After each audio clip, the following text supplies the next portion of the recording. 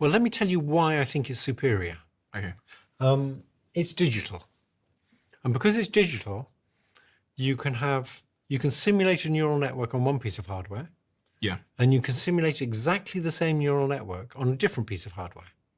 So you can have clones of the same intelligence.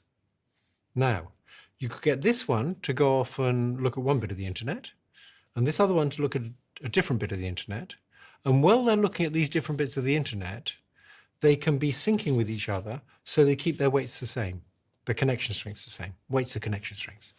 So this one might look at something on the internet and say, oh, I'd like to increase this strength of this connection a bit.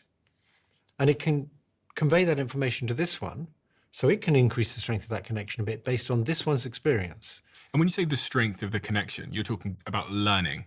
That's learning, yes. Yeah. Learning consists of saying, instead of this one giving 2.4 votes for whether that one should turn on, we'll have this one give 2.5 votes for whether this one should turn on. And that would be a little bit of learning.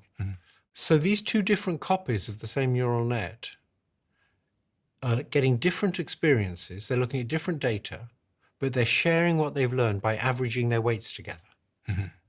And they can do that averaging at you can average 1 trillion weights. When you and I transfer information, we're limited to the amount of information in a sentence. And the amount of information in a sentence is maybe 100 bits. It's very little information. We're lucky if we're transferring like 10 bits a second. These things are transferring trillions of bits a second. So they're billions of times better than us at sharing information.